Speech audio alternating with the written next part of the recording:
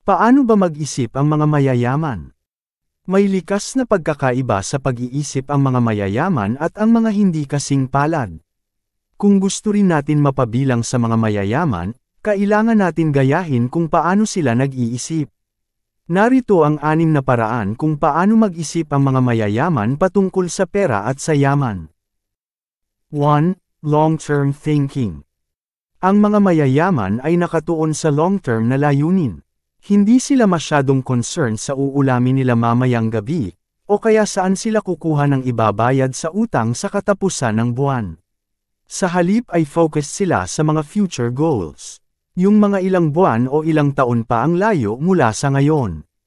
Kapag mas long-term ang tinatanaw mo, mas magiging long-lasting ang mga aksyon na gagawin mo.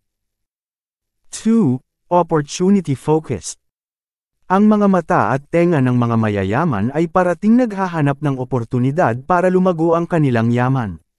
Naiintindihan nila na ang pagkakataon para kumita ay maaaring dumating sa iba't ibang anyo at parati silang naghahanap nito.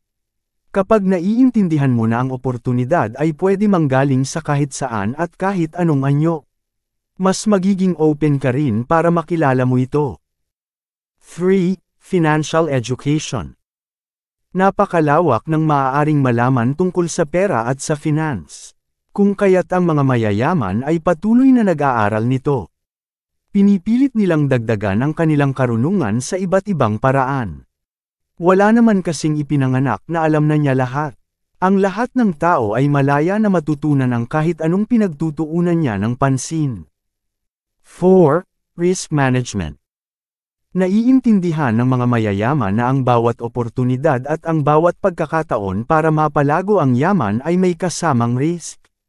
Walang oportunidad ang malaya sa risk at kailangan nila pag-isipan at timbangin ang potential na income, laban sa risk na makakaharap. Hindi sila natatakot sa risk pero hindi rin sila sugod lang ng sugod. 5. Focus on growth. Sa halip na magstay sa kanilang comfort zone, ang mga mayayaman ay palaging naghahanap ng paraan upang mag-grow at mag-improve, hindi lamang sa kanilang yaman kundi sa kanilang sarili bilang mga individual. Habol nilang mag-grow sa aspeto ng knowledge, skills, health, at experiences. 6. Generosity. Hindi lang ang sarili ang iniisip ng mga mayayaman kundi pati na rin sa ibang tao.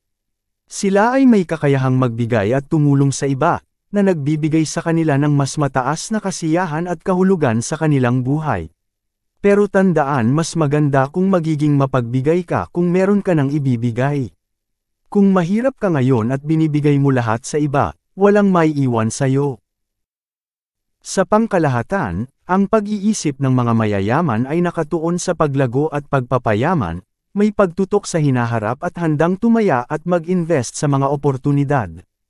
Ang kanilang pag-iisip ay naglalayong magdulot ng positibong bunga sa kanilang financial well-being at sa kanilang kapaligiran. Nagustuhan mo ba ang video na ito? Marami pa kaming video na nagbibigay kaalaman tungkol sa pera, negosyo, at iba pa. Mag-subscribe lang sa aming channel, mag-like, comment, at share, para mas marami pang makaalam kung paano manalo sa buhay.